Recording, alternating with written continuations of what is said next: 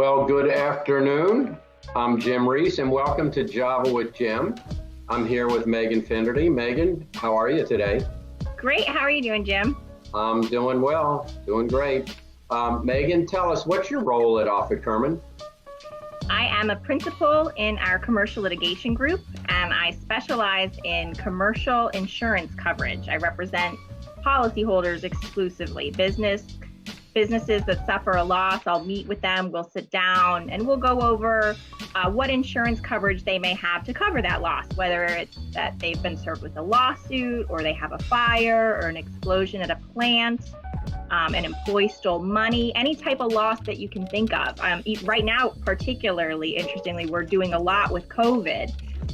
If businesses have been shut down by the government, we're looking for coverage under all kinds of policies, their own policies, or if they have a contractual relationship with someone, other people's policies, because other people's insurance is always better than your own insurance. If you can get coverage under a tenant policy or a subcontractor policy, that's what I do. I target that, and then I fight with the carriers to pay every cent that they promised to when you paid those premiums. You bet. Don't leave any money on the table, right? That's right. Yeah, that's right. Well, you beat me to the punch, because I was going to ask you how the current pandemic has impacted your business, but you just shared that with us, so thank you. What would you say is unique about you or your practice? Well, as I said, I exclusively represent policyholders, and the reason that I do that is so that I can be conflict-free to sue any insurance carrier that may come up. So, and I've never made the arguments on the carrier side last week or in another hearing. I'm free to argue for the best interest of the policyholder anytime a business comes in with an issue. And we don't run into conflicts that way like a lot of firms do. Another way that my practice is unique is insurance coverage is not like every other contract. Insurance policies really are a special animal. They can be, the way they get compiled, it's not like a lawyer sits down and they negotiate back and forth. It's they take forms and they pick forms.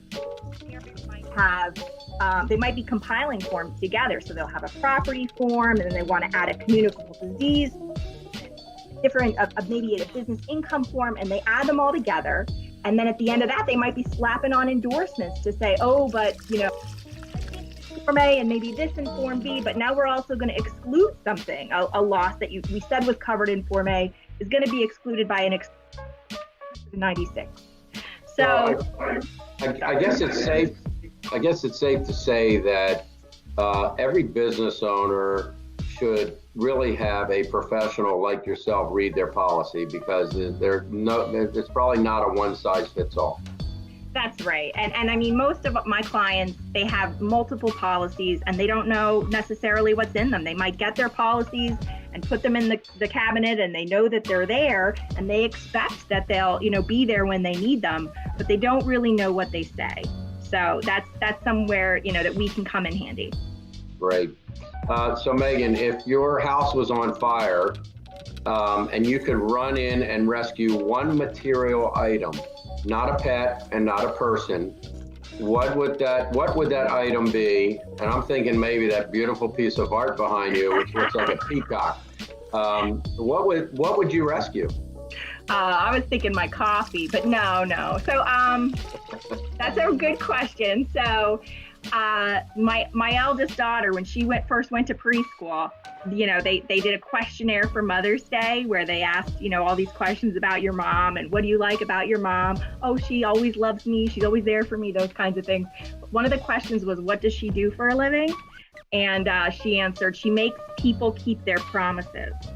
And I like that. It made me feel so good about it, because really that's what an insurance policy is. It's a promise. I mean, we pay all this money and they promise that when we have a loss, they're going to be there. So I like that, I'm setting that example for her, and that she knows that about me, and, that it means a lot. That is amazing. And how old was she? So she was 4 at the time. Sounds like she's well on her way to law school. There you go.